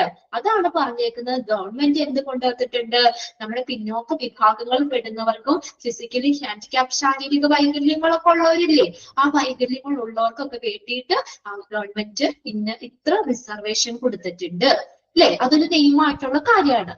ഇതിന്റെ കൂടെ ആരെയും കൂടി ഉണ്ട്, ഇൻ അഡീഷൻ ട്രേഡ് യൂണിയൻ. ആരാ ട്രേഡ് യൂണിയൻ എന്ന് പറഞ്ഞാ? യൂണിയനിലെ തൊഴിലാളി സംഘടനകളിലെ യൂണിയനും ഒരു പ്രധാനപ്പെട്ട പങ്ക് വഹിക്കുന്നുണ്ട്. പ്രോമിനന്റ് പൊസിഷൻ ഇൻ റിക്രൂട്ട്മെന്റില് യൂണിയനും ഒരു പ്രധാന പങ്ക് വഹിക്കുന്നുണ്ട്. ദിസ് ഹാമ്പേഴ്സ് എന്ന് പറഞ്ഞ തടസ്സം, ഹാമ്പേഴ്സ് എന്ന് പറഞ്ഞ തടസ്സങ്ങൾ. The managers freedom. ഇപ്പൊ യൂണിയൻ ഉണ്ട്, യൂണിയൻ പറയും ഇന്ന ആൾ എടുക്കണം എന്ന് പറഞ്ഞു കഴിഞ്ഞാൽ പിന്നെ ഒന്നും പറയാനില്ല. ചിലപ്പോ യൂണിയന്റെ ഇതും നമ്മൾ എടുക്കേണ്ടി വരും. യൂണിയനും റിക്രൂട്ട്മെന്റില് ഒരു പ്രധാനപ്പെട്ട പങ്ക് വഹിക്കുന്നുണ്ട്. The hampers. അപ്പൊ അങ്ങനെ ഗവൺമെന്റ്, നമ്മുടെ ട്രേഡ് യൂണിയൻ ഒക്കെ ഇങ്ങനെ നിൽക്കുമ്പോൾ ഈ മാനേജറിന് ഫ്രീഡം ഉണ്ടോ? അവർക്ക് ഇഷ്ടപ്പെട്ട ആളെ, ഇപ്പൊ എന്റെ ഫ്രണ്ട് ഉണ്ട്, അല്ലെങ്കിൽ എന്റെ അനിയത്തി ഉണ്ട്, പക്ഷെ അവളെ ഈ ജോലിക്ക് ആപ്റ്റ് ആണെന്ന് എനിക്കറിയാം, പക്ഷെ എനിക്ക് സ്വന്തം ഇഷ്ടത്തിന് വിളിക്കാൻ പറ്റോ? ഇല്ല. അപ്പൊ ആ മാനേജറിനെ, ആ ഒരു എന്താ പറയാ, റിക്രൂട്ട്മെന്റില് അവരെ സെലക്ട് ചെയ്യാനുള്ള ഫ്രീഡത്തെ ഇവരൊക്കെ തടസ്സപ്പെടുത്തും. ഇന്ന പോസ്റ്റ് ഇന്ന ആൾക്കുന്ന അവിടെ ഓൾറെഡി ഉണ്ട്, അപ്പൊ നമുക്കൊന്നും ചെയ്യാൻ പറ്റൂല, അനങ്ങാതിരിക്കാനേ പറ്റുള്ളൂ. കണ്ടോ, മാനേജേഴ്സിന്റെ ഫ്രീഡത്തെ എന്ത് ചെയ്യുന്നു, ആ മാനേജറിന്റെ ഫ്രീഡത്തെ തടസ്സപ്പെടുത്തുന്നു. ഹാമ്പേഴ്സ് അറിയില്ലാത്തവരെന്നെ എഴുതിക്കോട്ടോ, തടസ്സം. Recruitment sources can be limited by union regulations if the candidate does not fulfill the criteria set by the union. Recruitment source ne namukku limit cheyan pattum. Engane? യൂണിയന്റെ നിർദ്ദേശങ്ങൾ, റെഗുലേഷൻസ് അനുസരിച്ച് റിക്രൂട്ട്മെന്റിന്റെ സോഴ്സിന് ലിമിറ്റ് ചെയ്യാം. If the candidate does not fulfil the criteria set by the union. Criteria എന്ന് വെച്ചാൽ മാനദണ്ഡം. ആ union set ചെയ്തിട്ടുള്ള മാനദണ്ഡങ്ങള് ഫുൾഫില്ല് ചെയ്യാത്ത കാൻഡിഡേറ്റ്സിനെ എന്താണ് യൂണിയന് ആ റിക്രൂട്ട്മെന്റിൽ പരിമിതപ്പെടുത്താന്ന്. അതായത് യൂണിയന്റെ ക്രൈറ്റീരിയ, മാനദണ്ഡങ്ങൾ അനുസരിച്ചുള്ള കാൻഡിഡേറ്റ്സിനെയാണ് ഓക്കെ, അല്ലെങ്കിൽ ആ റിക്രൂട്ട്മെന്റ് സോഴ്സിനെ യൂണിയന് പരിമിതപ്പെടുത്താം. ഓക്കെ, അത്രയും കാര്യങ്ങളാണ് കേട്ടോ അതിനകത്ത് പറഞ്ഞേക്കുന്നത്. ഫസ്റ്റ് സെന്റൻസ് അണ്ടർലൈൻ ചെയ്താണ് കേട്ടോ. Recruitment policies R directly influenced എന്ന് കണ്ടില്ലേ, അത് അണ്ടർലൈൻ ചെയ്തു. പിന്നെ which keep on favoritism underline ചെയ്യണം.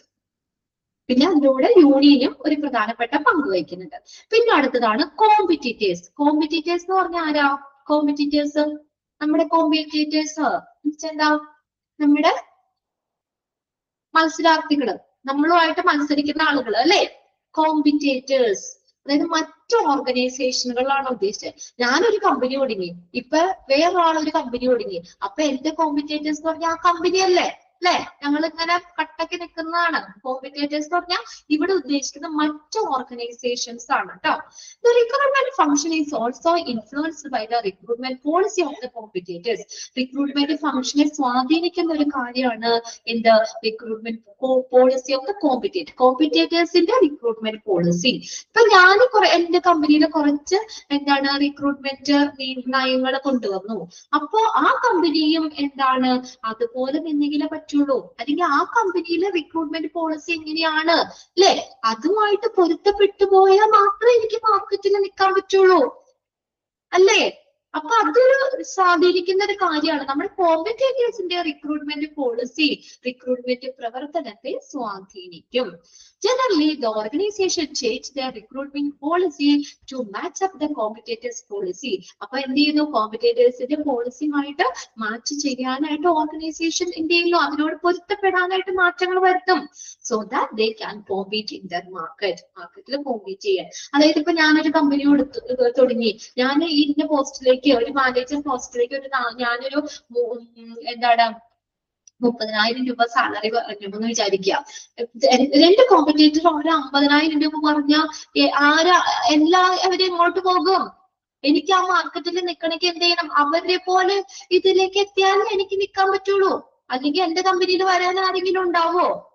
അപ്പൊ കോമ്പറ്റേറ്റേഴ്സിന്റെ പോളിസികൾ എന്താണോ, അല്ലെങ്കിൽ അവര് കമ്പനിയെ കൊണ്ടുവരുന്ന കാര്യങ്ങൾ എന്താണെന്നുള്ളത് അത് ഞാൻ ഫോളോ ചെയ്താലേ എനിക്കും കട്ടക്ക് നിൽക്കാൻ പറ്റുള്ളൂ. ശരിയല്ലേ? അല്ലെങ്കിൽ എല്ലാവരും അങ്ങോട്ടേക്ക് പോയാൽ മതി, അവിടെ നല്ല ഇതാന്ന് പറഞ്ഞാൽ അങ്ങോട്ടേക്ക് പോകും.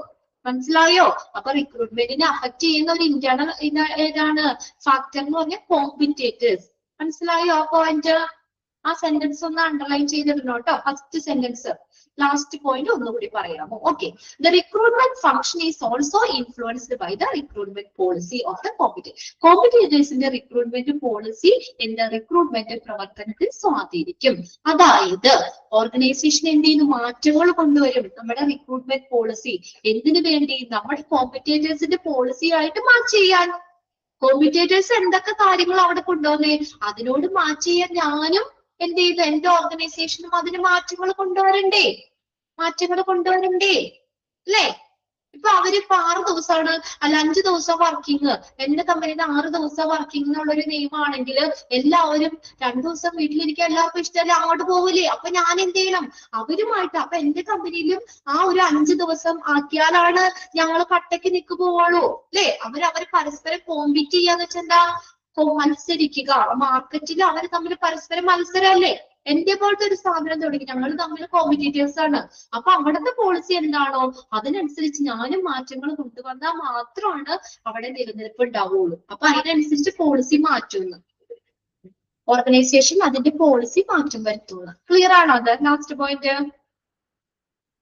അതാണ് ഞാൻ ഇടയ്ക്ക് കൈ കിട്ടുന്ന എക്സാമ്പിൾ ഒക്കെ പറയണം. അപ്പൊ നിങ്ങൾക്ക് എക്സാമ്പിൾ ആകുമ്പോൾ കുറച്ചും കൂടി മനസ്സിൽ ഓർമ്മ നിൽക്കുമല്ലോ സെന്റൻസ് പറയുന്നേക്കായും. അപ്പൊ ആ ഫസ്റ്റ് സെന്റൻസ് അവിടെ അണ്ടർലൈൻ ചെയ്തിട്ടുണ്ടോ കേട്ടോ. ഒന്നാമത്തെ സെന്റൻസ് അതിൽ അണ്ടർലൈൻ ചെയ്തിട്ടാ. ഇനി അപ്പൊ നമ്മളൊക്കെ പറഞ്ഞത് എക്സ്റ്റേണൽ ഫാക്ടേഴ്സ് ആണ്. ഇനി ഈ റിക്രൂട്ട്മെന്റിനെ സ്വാധീനിക്കുന്ന ഏതാണ് ഇന്റേണൽ ഫാക്ടേഴ്സ് ഏതൊക്കെയാണെന്ന് നോക്കാം. ഇന്റേണൽ എന്ന് പറഞ്ഞാൽ എന്താ? ഉള്ളിലുള്ളത്. എക്സ്റ്റേണലിൽ ഏതൊക്കെ വന്നേ ഒന്ന് പെട്ടെന്ന് നോക്കിയേ. External supply and demand, unemployment rate, labour market, image and or good വില്ല്, then political, social, legal environment, last competitors. Okay, ഇതെല്ലാം റിക്രൂട്ട്മെന്റിനെ സ്വാധീനിക്കുന്ന എക്സ്റ്റേണൽ ഫാക്ടേഴ്സിൽ വരുന്നില്ല. ഇനി ഇന്റേണൽ ഫാക്ടേഴ്സ് എന്ന് പറഞ്ഞാൽ എന്താ? The factors that can be regulated by the organization itself are called internal factors. ഒരു ഓർഗനൈസേഷന് തന്നെ നിയന്ത്രിക്കാൻ പറ്റുന്ന ഘടകങ്ങളെയാണ് ഏതെന്ന് പറയുന്നത്? Internal factors. അണ്ടർലൈൻ ചെയ്തോട്ടോ ആ സെന്റൻസ്. അതുപോലെ തന്നെ ക്വസ്റ്റ്യൻ ചോദിക്കാം. Question വരാം. The factors that can be regulated by the organization itself are called a dash. ഓർഗനൈസേഷന് തന്നെ നിയന്ത്രിക്കാൻ പറ്റുന്ന ഘടകങ്ങളാണ് ഇന്റേണൽ. അതായത് കമ്പനിയുടെ ഉള്ളിലുള്ളതാണ് മനസ്സിലാക്കുക കേട്ടോ. internal factors. There are various internal factors in the organization influence the recruitment program. Recruitment പ്രോഗ്രാമിനെ സ്വാധീനിക്കുന്ന പലതരത്തിലുള്ള ഇന്റേണൽ ഫാക്ടേഴ്സ് ആണ് ഈ പറയുന്നത്. ഒന്നാമത്തെയാണ് human resource planning. Human resource എന്ന് പറഞ്ഞാൽ ആരാണ്? മാൻ പവർ ആണ് കേട്ടോ. മനുഷ്യരാണ്, എംപ്ലോയീസ് ആണ്, സ്റ്റാഫ് ആണ് ഹ്യൂമൻ റിസോഴ്സ്. മനുഷ്യര്. ഹ്യൂമൻ റിസോഴ്സ് പ്ലാനിങ് ഒന്നാമത്തെ human resource. How many employees are to be recruited? എത്ര എംപ്ലോയീസിനെ റിക്രൂട്ട് ചെയ്യണം? And the required qualification can be determined. ഇതെങ്ങനെ നിർണ്ണയിക്കുന്നത്? അതിന്റെ ക്വാളിഫിക്കേഷൻ ഇതൊക്കെ നിർണ്ണയിക്കുന്നത് എങ്ങനെയാ? With the help of an effective human resource planning. ഒരു ഫലപ്രദമായിട്ടുള്ള ഹ്യൂമൻ റിസോഴ്സ് പ്ലാനിങ്ങിലൂടെയാണ് അല്ലെ? കമ്പനിയിലേക്ക് എത്ര ആളുകൾ വേണം, പിന്നെ എത്ര ക്വാളിഫിക്കേഷൻ വേണം, ഇതൊക്കെ നമ്മൾ പ്ലാൻ ചെയ്യൂലേ, ആസൂത്രണം ചെയ്യും. അത് ഏതിലാണ്? റിക്രൂട്ട്മെന്റിനെ സ്വാധീനിക്കുന്നത്. അപ്പൊ അതിനകത്ത് പറയുകയാണ് നമ്മൾ 2 പേര് മതി എന്ന് അവർ പ്ലാൻ ചെയ്തു. ഹ്യൂമൻ റിസോഴ്സിനെ പ്ലാൻ ചെയ്തു, എംപ്ലോയിനെ പ്ലാൻ ചെയ്തു, 2 പേര് മതി. അപ്പൊ 2 റിക്രൂട്ട്മെന്റ് അല്ലേ നടക്കോളൂ. ഇനി നമ്മൾ അവിടെ പ്ലാൻ ചെയ്യുമ്പോൾ പറയാണ് നമ്മളൊരു 20 പേരെ വേണം. അപ്പൊ എത്ര റിക്രൂട്ട്മെന്റ് നടക്കും? 20 പേരെ റിക്രൂട്ട്മെന്റ് നടത്തൂലേ? ക്ലിയർ ആയോ പറഞ്ഞ പോയിന്റ്? 20 പേരെ അവിടെ റിക്രൂട്ട്മെന്റ് നടത്തേണ്ടി വരും, 20 പേര് വേണ്ടി വരും അല്ലേ? അപ്പൊ അതാണ് ഒന്നാമത്തെ കാര്യം. റിക്രൂട്ട്മെന്റിനെ അഫക്ട് ചെയ്യുന്ന ഇന്ത്യയുടെ ഫാക്ടറാണ് ഹ്യൂമൻ റിസോഴ്സ് പ്ലാനിങ്. എത്ര എംപ്ലോയീസ് വേണം, എത്ര ക്വാളിഫിക്കേഷൻ വേണം, അതൊക്കെ ആസൂത്രണം ചെയ്യുന്നതിന്റെ അനുസരിച്ച് റിക്രൂട്ട്മെന്റിനും വ്യത്യാസം ഉണ്ടാവും. രണ്ടാമത്തെയാണ് ഒന്നാമത്തെ സെന്റൻസ് അണ്ടർലൈൻ ചെയ്തില്ലേ നിങ്ങള്? ഇന്റേണൽ ഫാക്ടേഴ്സിന്റെ ഫസ്റ്റ് സെന്റൻസ് ഇന്ത്യയുടെ ഫാക്ടേഴ്സ് എന്താണുള്ളത് അത് അണ്ടർലൈൻ ചെയ്യണം കേട്ടോ. രണ്ടാമത് നോക്കിയേ, റിക്രൂട്ട്മെന്റ് പോളിസി. ഇനി കമ്പനിയുടെ recruitment policy. The aim of the recruitment are stated in the recruitment policy of the organisation. റിക്രൂട്ട്മെന്റിന്റെ എയിം എന്താണെന്നുള്ളത് എന്തി പറഞ്ഞിരിക്കും? റിക്രൂട്ട്മെന്റ് പോളിസി ഉണ്ട്, അവിടെ റിക്രൂട്ട്മെന്റ് നടത്തുന്ന നിയമങ്ങളുണ്ട്, അതിൽ പറഞ്ഞിരിക്കും. It also given outline. Outline എന്ന് പറഞ്ഞാൽ രൂപരേഖ നൽകും. For the execution of a recruitment program. ഒരു റിക്രൂട്ട്മെന്റ് പ്രോഗ്രാം നിർവഹിക്കുന്നതിന് ഒരു രൂപരേഖ നൽകും. ആര്? Recruitment policy. അല്ലാതെ നമ്മൾ ചുമ്മാ തോന്നിയ രീതിക്ക് റിക്രൂട്ട്മെന്റ് കാര്യങ്ങൾ ചെയ്യല്ല. ഒരു റിക്രൂട്ട്മെന്റ് നടത്തുന്നതിന് എന്ത് ചെയ്യണം? ഒരു രൂപരേഖ തയ്യാറാക്കണം. അത് എവിടെ നിന്ന് കിട്ടും? റിക്രൂട്ട്മെന്റ് പോളിസി ഉണ്ട്, കമ്പനിയിലെ റിക്രൂട്ട്മെന്റ് പോളിസി ഉണ്ട്, അത് ആ നിയമങ്ങളുണ്ട് റിക്രൂട്ട്മെന്റിന്റെ. അത് നോക്കി കഴിഞ്ഞു കഴിഞ്ഞാല് എന്താണ്? റിക്രൂട്ട്മെന്റ് പ്രോഗ്രാം നിർവഹിക്കുക. എക്സിക്യൂഷൻ എന്ന് പറഞ്ഞാൽ നിർവഹിക്കുക എന്നാട്ടോ. നിർവഹിക്കുക അല്ലെങ്കിൽ നടപ്പിലാക്കുക. അപ്പൊ ഈ റിക്രൂട്ട്മെന്റ് പ്രോഗ്രാം നടപ്പിലാക്കുന്നതിനുള്ള ഒരു രൂപരേഖ ഈ റിക്രൂട്ട്മെന്റ് പോളിസി തരും. ഓക്കെ, ഇനി അടുത്താണ് സൈസ് ഓഫ് ദ ഫേം. ആ ഒരു സ്ഥാപനത്തിന്റെ വലിപ്പം, എന്ന് പറയുന്നത്. Okay, another vital factor for affect the process of recruitment is the size of the organization. അടുത്തൊരു ഫാക്ടർ ഏതാണ്? അടുത്ത സുപ്രധാനമായിട്ടുള്ള ഫാക്ടർ എന്ന് പറഞ്ഞാൽ എന്താ? സുപ്രധാനമായിട്ടുള്ള കാര്യം ഏതാണ് റിക്രൂട്ട്മെന്റ് പ്രോസസ്സിനെ അഫക്ട് ചെയ്യുന്നത്? സൈസ്. ഒന്ന് അണ്ടർലൈൻ ചെയ്തിട്ടേ, size of the organisation. If the organization intended to broaden its operation, intended എന്ന് പറഞ്ഞാൽ ഉദ്ദേശിക്കുക. ആ ഓർഗനൈസേഷൻ എന്താണ്? ആ സ്ഥാപനത്തിന്റെ പ്രവർത്തനങ്ങള്, ആ സ്ഥാപനത്തെ വലുതാക്കാൻ ഉദ്ദേശിക്കുന്നുണ്ടെങ്കിൽ, അവരുടെ ബിസിനസ് വളർത്താൻ ഉദ്ദേശിക്കുന്നുണ്ടെങ്കിൽ എന്ത് ചെയ്യണം? It will plan for hiring more employees. കൂടുതൽ എംപ്ലോയീസിനെ ഹയർ ചെയ്യണം. ഹയർ ചെയ്യാന്ന് വെച്ചാൽ എന്താ? നിയമിക്കണം അല്ലെ? ആ കമ്പനി വലുതാക്കാനും അതിന്റെ പ്രവർത്തനങ്ങൾ വലുതാക്കാനും ബിസിനസ് വളർത്താനൊക്കെ ആഗ്രഹിക്കുന്നുണ്ടെങ്കിൽ, ഉദ്ദേശിക്കുന്നുണ്ടെങ്കിൽ എന്ത് ചെയ്യണം? തീർച്ചയായിട്ടും കൂടുതൽ എംപ്ലോയീസിനെ അത് നടപ്പിലാക്കാനായിട്ട്, ആ കമ്പനിയുടെ പ്രവർത്തനങ്ങൾ നടപ്പിലാക്കാനായിട്ട് കൂടുതൽ എംപ്ലോയീസിനെ നിയമിക്കണം. അപ്പൊ ഓർഗനൈസേഷന്റെ വലുപ്പം, ഓർഗനൈസേഷൻ വലുതാക്കാൻ ഉദ്ദേശിക്കുന്നെങ്കിൽ കുറെ എംപ്ലോയീസിന് റിക്രൂട്ട്മെന്റ് നടത്തണം. എന്നാൽ ഓർഗനൈസേഷൻ ചെറുതാണെങ്കിൽ റിക്രൂട്ട്മെന്റ് കുറച്ച് മതി. അപ്പൊ റിക്രൂട്ട്മെന്റ് സ്വാധീനിക്കുന്ന ഒരു കാര്യമാണ് സൈസ് ഓഫ് ദ ഫേം. ആ സ്ഥാപനം വലുതാവാൻ ആഗ്രഹിക്കുകയാണെങ്കിൽ എന്താ? കൂടുതൽ എംപ്ലോയീസിന് റിക്രൂട്ട്മെന്റ് ചെയ്യണം. ആണ് കോസ്റ്റ്. ലാസ്റ്റത്തെ വരുന്നത് കോസ്റ്റ്. ഇതും ഏതിൽ വരുന്നതാണ്? ഇന്റേണലിൽ വരുന്നതാണ് കേട്ടോ.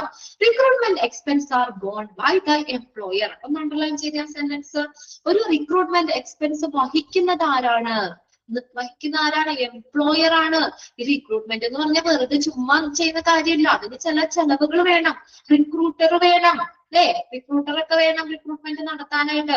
അപ്പൊ അയാൾക്ക് സാലറി കാര്യങ്ങളൊക്കെ കൊടുക്കണം, പല പല ഇത് നോട്ടീസ് കാര്യങ്ങളൊക്കെ അയക്കണം, അതൊക്കെ കൊടുക്കണം അല്ലെ?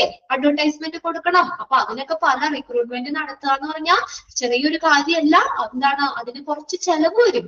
ആ ചെലവ് ആരാണ് നിർവഹിക്കുന്നത്? എംപ്ലോയർ. പ്രീവിയസ് ക്വസ്റ്റ്യൻ പേപ്പറിൽ ചോദിച്ചിട്ടുണ്ട് കേട്ടോ. Recruitment expenses are borne by the employer. Therefore, organization try to make use of sources of recruitment which gives more output in less cost. കണ്ടോ? അപ്പൊ ഓർഗനൈസേഷൻ എങ്ങനെയാ ശ്രമിക്കുന്നത്? കുറഞ്ഞ കോസ്റ്റില് കൂടുതൽ ഔട്ട്പുട്ട് കിട്ടുന്ന, അല്ലെ? കുറച്ച് പൈസയും കൊണ്ട്. നമ്മളും അങ്ങനെയല്ലേ? കുറച്ച് പൈസക്ക് കുറെ സാധനങ്ങൾ മേടിക്കാനല്ലേ നമ്മൾ ആഗ്രഹിക്കണേ? ആണോ? അല്ലെ? കുറച്ച് പൈസക്ക് കുറെ സാധനങ്ങൾ കിട്ടണമെന്നല്ലേ നമ്മൾ ആഗ്രഹിക്കണേ? അതെ, കമ്പനി അങ്ങനെ ചെയ്യും. കുറഞ്ഞ കോസ്റ്റില് കൂടുതൽ റിക്രൂട്ട്മെന്റ്, കൂടുതൽ ഔട്ട്പുട്ട് കിട്ടണം. അങ്ങനെയുള്ള സോഴ്സ് ആണ് കമ്പനി അവിടെ ഉപയോഗിക്കുന്നത്. അത് ഉപയോഗിക്കാൻ ശ്രമിക്കും. അപ്പൊ ആ ഫസ്റ്റ് സെന്റൻസ് അതിലൊന്ന് അണ്ടർലൈൻ ചെയ്തിട്ടാൽ മതി കേട്ടോ. അപ്പൊ നമ്മൾ പറഞ്ഞത് internal factors, human resource planning, recruitment policy, size of firm, cost. Firm എന്ന് പറഞ്ഞാൽ എന്താ? സ്ഥാപനം എന്നാട്ടോ.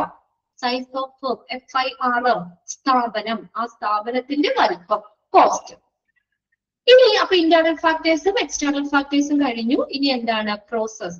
ഇനി ഇത് ഇമ്പോർട്ടന്റ് ആണ്. Process of recruitment. ഒരു റിക്രൂട്ട്മെന്റിന്റെ പ്രോസസ് എങ്ങനെയാണ് റിക്രൂട്ട്മെന്റ് നടത്തുന്നത്? ഇപ്പൊ നമ്മൾക്ക് ഈ HRM ഒക്കെ പഠിച്ചു കഴിഞ്ഞിട്ട് നമുക്ക് ആ ഒരു പോസ്റ്റിലേക്ക് വരികയാണ്, നമ്മളോട് റിക്രൂട്ട്മെന്റ് നടത്താൻ പറഞ്ഞാൽ നമ്മൾ അറിഞ്ഞിരിക്കേണ്ട എന്തൊക്കെ സ്റ്റെപ്പാന്നൊക്കെ ഉള്ളത്. ഇതൊക്കെ എന്താണ് റിക്രൂട്ട്മെന്റ് പ്രോസസ് എന്നൊക്കെ അറിയണം അല്ലെ? റിക്രൂട്ട്മെന്റ് പ്രോസസ് നോക്കിയേ. Recruitment process involves different activities through which competent potential candidates are searched as specified by the human resource planning. Job specification, recruitment procedure is shown below. അതായത് ഈ human resource planning, job specification എന്ന് പറഞ്ഞാൽ എന്താ? ജോലിയുടെ നിർദ്ദേശങ്ങൾ, ജോലിയെ കുറിച്ചുള്ള നിർദ്ദേശങ്ങൾ.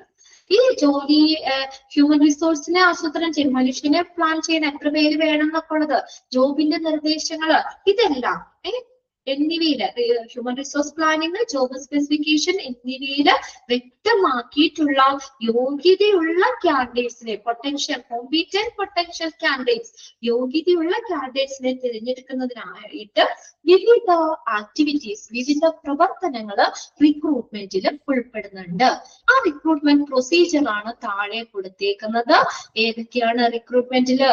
നമ്മൾ പറയുന്ന റിക്രൂട്ട്മെന്റിൽ 6 സ്റ്റെപ്പുകൾ ഉണ്ട്. ഇത് ജസ്റ്റ് ഇത് മാത്രം ഒന്ന് പറഞ്ഞിട്ട് നിർത്താം കേട്ടോ. 6 സ്റ്റെപ്പുകളാണ് ഒരു റിക്രൂട്ട്മെന്റ് പ്രോസസ്സിൽ വരുന്നത്. ഏതൊക്കെയാ? Recruitment planning, identifying recruitment sources, contacting sources, application pool, selection process. കണ്ടോ? 5 എണ്ണം നേരെ കൊടുത്തിട്ട് ഇതിൽ ഓരോന്നിനും എന്ത് ചെയ്യുന്നുണ്ട്? ഇവാലുവേഷൻ നടത്തുന്നുണ്ട്, മൂല്യനിർണ്ണയം നടത്തുന്നുണ്ട്. അതാണ് 6ാമത്തെ സ്റ്റെപ്പായിട്ട് കൊടുത്തേക്കുന്നത്, ഇവാലുവേഷൻ ആൻഡ് കൺട്രോൾ. ഇത് ജസ്റ്റ് ഇത് മാത്രം ഒന്ന് നോക്കി വെച്ചേ. അപ്പൊ ഏതൊക്കെയാണ് ഒരു റിക്രൂട്ട്മെന്റ് പ്രോസസ്സിൽ എത്ര സ്റ്റെപ്പ് ഉണ്ടെന്നാ പറഞ്ഞേ? നമ്മള് റിക്രൂട്ട്മെന്റ് പ്രോസസ്സിൽ 6 സ്റ്റെപ്പ് ഉണ്ട്. ഒന്നാമത്തെ എന്താണ്? Recruitment planning. രണ്ടാമത്തെ എന്താണ്? Identify recruitment source. ഇനി എവിടെ നിന്നാണ് ഈ റിക്രൂട്ട്മെന്റ് സോഴ്സ് ഐഡന്റിഫൈ ചെയ്യണം. ഇനി എന്താണ്? കോണ്ടാക്ടിങ് സോഴ്സസ്, ആ സോഴ്സിനെ കോണ്ടാക്ട് ചെയ്യണം. ദെൻ ആപ്ലിക്കേഷൻ പൂൾ എന്ന് പറഞ്ഞ ഗ്രൂപ്പാണ് കേട്ടോ, കൂട്ടം, ആപ്ലിക്കേഷൻസിന്റെ കൂട്ടം. സെലക്ഷൻ, അതിൽ നിന്ന് സെലക്ഷൻ നടത്തും. പിന്നെ എന്താണ് പറഞ്ഞത്? ഓരോന്നിലും എന്ത് ചെയ്യുന്നുണ്ട്? Evaluation and control. ഇത്രയാണ് റിക്രൂട്ട്മെന്റ്. 6 സ്റ്റെപ്പുകൾ വരെ ഒന്ന് പഠിച്ചു വെക്കാം കേട്ടോ. ഡീറ്റെയിൽ നമുക്ക് അടുത്ത ക്ലാസ്സിൽ നോക്കാം. ക്ലിയർ അല്ലേ? ഇന്നത്തെ അത്രയും ഓക്കെ അല്ലേ? ഒബ്ജക്റ്റീവ്സ് നമ്മൾ പറഞ്ഞു, പോയിന്റ്സുകൾ, ഒബ്ജക്റ്റീവ്സ് ഓഫ് റിക്രൂട്ട്മെന്റ് പറഞ്ഞു. പിന്നെ ഫാക്ടർ അഫക്റ്റിംഗ് റിക്രൂട്ട്മെന്റ് ആണ്, ഇന്റേണലും എക്സ്റ്റേണൽ ഫാക്ടേഴ്സും പറഞ്ഞു. പിന്നെ നമ്മൾ പ്രോസസ്സിലേക്ക് ജസ്റ്റ് കടന്നേ ഉള്ളൂ. പ്രോസസ്സിൽ 6 സ്റ്റെപ്പുകൾ ഉണ്ടെന്നും ഏതൊക്കെയാണ് ആ സ്റ്റെപ്പ് എന്നും ജസ്റ്റ് ഒന്ന് പറഞ്ഞു വെച്ചു. ഡീറ്റെയിൽ നമുക്ക് അടുത്ത ക്ലാസ്സിൽ നോക്കാം. ഇത്രയും കാര്യങ്ങൾ ഓക്കെ ആണോ? എല്ലാവരും എന്നെ ഫോളോ ചെയ്ത് വരുന്നുണ്ട് അല്ലേ? ഓക്കെ. അപ്പൊ ബാക്കിയിട്ട് നമുക്ക് അടുത്ത ക്ലാസ്സിൽ നോക്കാം കേട്ടോ. ക്ലാസ്സുകളൊക്കെ ഇഷ്ടപ്പെടുന്നുണ്ടോ? ഇഷ്ടപ്പെട്ടു. ഓക്കെ. വിശന്ന് ഒടുങ്ങിയോ? ഭക്ഷണം കഴിക്കാറായോ? എല്ലാരും ഫുഡൊക്കെ റെഡിയാക്കി വെച്ചിട്ടാണോ ക്ലാസ്സിൽ കയറിയേക്കുന്നേ? പിള്ളേരെയൊക്കെ സ്കൂളിലൊക്കെ വിട്ടോ ഇന്ന്? ഓക്കെ, സ്കൂളിലൊക്കെ വിട്ടു, ഭക്ഷണമൊക്കെ റെഡിയാക്കി വെച്ചു, ജോലിയൊക്കെ ഒരുവിധം കഴിഞ്ഞിട്ടാണ് ക്ലാസ്സിൽ കയറിയത് അല്ലെ. രാവിലെ ഇത്തിരി തിരക്ക് പിടിച്ചാലും നമ്മൾ ഒരുവിധം ജോലിയൊക്കെ ഒതുക്കി വെച്ചിട്ട് ക്ലാസ്സിൽ കയറുവാണെങ്കിൽ ക്ലാസ് കഴിഞ്ഞിട്ട് പിന്നെ ഇച്ചിരി നേരം നമുക്ക് റെസ്റ്റ് എടുക്കാമല്ലോ. ഇനി ഫുഡൊക്കെ കഴിഞ്ഞ് എല്ലാവരും പിള്ളേരൊക്കെ വന്നേക്കായി പിന്നെ കുറച്ചു നേരം ഒന്ന് റെസ്റ്റ് ഒക്കെ എടുത്ത് അവർ വരുമ്പോഴത്തേക്കും ചായ വരും അല്ലെ. ചായക്ക് എന്തെങ്കിലും പലഹാരമൊക്കെ ഉണ്ടാകണ്ടേ അമ്മമാർക്കൊക്കെ, ഒക്കെ തയ്യാറാക്കിയൊക്കെ വെക്കുക. ഓക്കെ, എന്നാ ബാക്കിയൊക്കെ നമുക്ക് അടുത്ത ക്ലാസ്സിൽ നോക്കാം കേട്ടോ. Okay, thank you. നെക്സ്റ്റ് ക്ലാസ്സിൽ കാണാം. ഇനി പുതിയതായിട്ട് കയറിയവരൊക്കെ ഉണ്ടായിരുന്നു ഇന്ന്, ഞാൻ എന്റെ പേര് പറഞ്ഞില്ലായിരുന്നു. എന്റെ പേര് ജെമിയ എന്നാണ് കേട്ടോ. കഴിഞ്ഞ ക്ലാസ്സിൽ കയറിയ കുട്ടികളൊക്കെ തന്നെ ആയിരിക്കും എന്ന് വിചാരിക്കുന്നു. Okay, thank you.